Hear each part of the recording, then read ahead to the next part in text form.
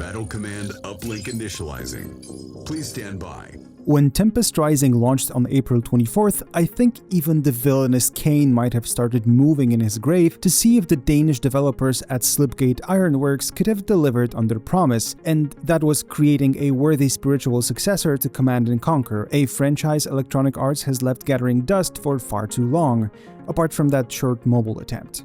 And to be fair, the parallels to the Command & Conquer series are abundantly clear, even though Tempest Rising can't officially be set in the Tiberium universe. As an editorial team, we have now played through the whole game, and we are a bit torn. On one hand, Tempest Rising does many things right and functions well as a standalone game. On the other though, it falters in the details, preventing it from reaching the high bar set by the Command & Conquer series. So let's look at Tempest Rising a bit closer.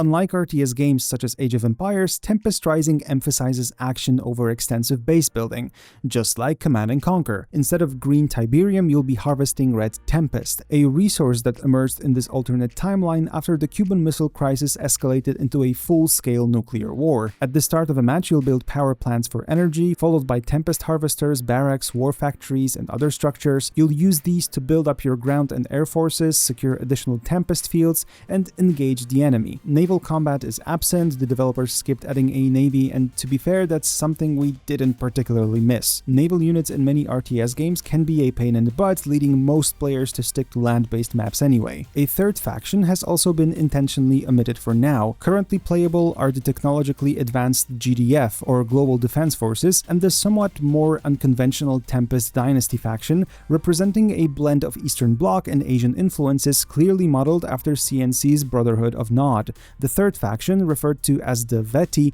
appears in the campaign but isn't playable yet. During GameStar's last preview of the game, the developers mentioned that they might be added post-launch, but whether that's still the plan and how they'd be implemented remains uncertain.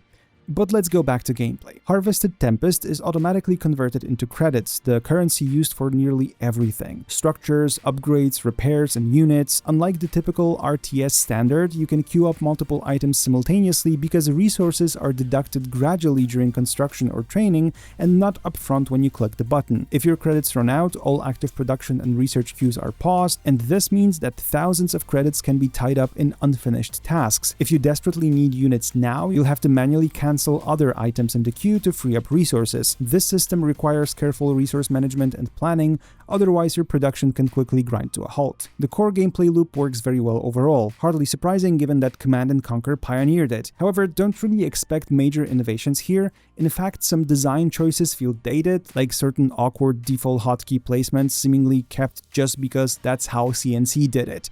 For example, the default hotkey Q to select all units on screen is right below 1, a common key for control grouping the main army. It's an inconvenient placement, one slip of the finger and suddenly all your carefully positioned units across the map might start converging on your primary force. This can be incredibly frustrating as map control and vision are crucial for success in this genre, and I know some of you might consider this us making a problem out of nothing, but hey, I like the quality of life changes that genres introduce over the years, and they could have kept that in mind here as well. In order to prevent any issues like that, we generally recommend customizing the key bindings as the default layout in Tempest Rising feels somewhat messy. Thankfully, the game offers extensive options for remapping hotkeys to your preference. These minor issues, however, suggest that the developers perhaps lacked the confidence to fully step out of CNC's shadow, and maybe they lacked some deep RTS genre experience. This becomes particularly apparent when looking at the units. They are generally well designed, featuring detailed models, good voice lines, and special abilities that, in theory, give them distinct roles on the battlefield. However, Tempest Rising falls into a common RTS trap, overdoing it with unit variety and the sheer number of abilities. The best games in the genre understand that sometimes less is more, focusing on giving fewer units very clear, distinct designs both mechanically and visually. Here, however, units and especially their numerous abilities can easily get lost in the chaos of battle. It becomes difficult to track exactly what's happening or which status effects are active. Additionally, activating these abilities often feels clunky, and it is hard to manage effectively amidst the frantic pace of combat, simply requiring too much micromanagement. Despite this, many aspects of the game work very well. Vehicles in particular feel satisfyingly impactful with powerful sounding weaponry and hefty explosions, and when jets, helicopters, and drones dogfight across the sky, get shut down by anti-air turrets, or a powerful support power called in from the sidebar obliterates a cluster of enemies, Tempest Rising is at its spectacular best. The visuals contribute significantly to this spectacle, as does the excellent soundtrack by the legendary composer behind the original CNC scores. Technical performance I can also consider a positive thing. The game runs very smoothly, you only get occasional minor animation glitches, like units sometimes clipping when exiting transports. The general combat balance feels right. Units like the Dynasty's heavy rocket launcher or the GDF's siege artillery deal enough splash damage to make you regret clumping your army into a single death bowl. At the same time, the damage output isn't so overwhelming that a single mistake instantly ends the engagement, and that gives you some space for tactical adjustments, provided that you understand what your units and the enemy units are capable of. For instance, understanding that this giant rolling sphere can simply crush smaller vehicles is really worth keeping in mind.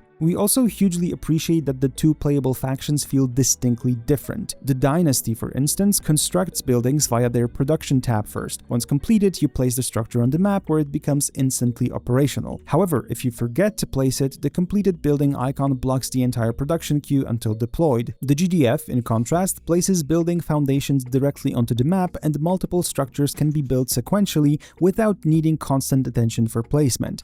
Another example, instead of the stationary refineries like the GDF uses, the Dynasty uses mobile harvester units that simply drive to a new resource field once the current one is depleted. Also, the GDF utilizes a unique secondary resource called Intel, generated passively by certain structures and actively by destroying designated enemy targets. This Intel is used to purchase powerful support powers and certain specialized units. This target designation mechanic is part of a deeper combat system which the Dynasty counters with its own synergies related to Tempest-based technology. And adding another layer of complexity, both factions can research doctrines, providing various passive bonuses.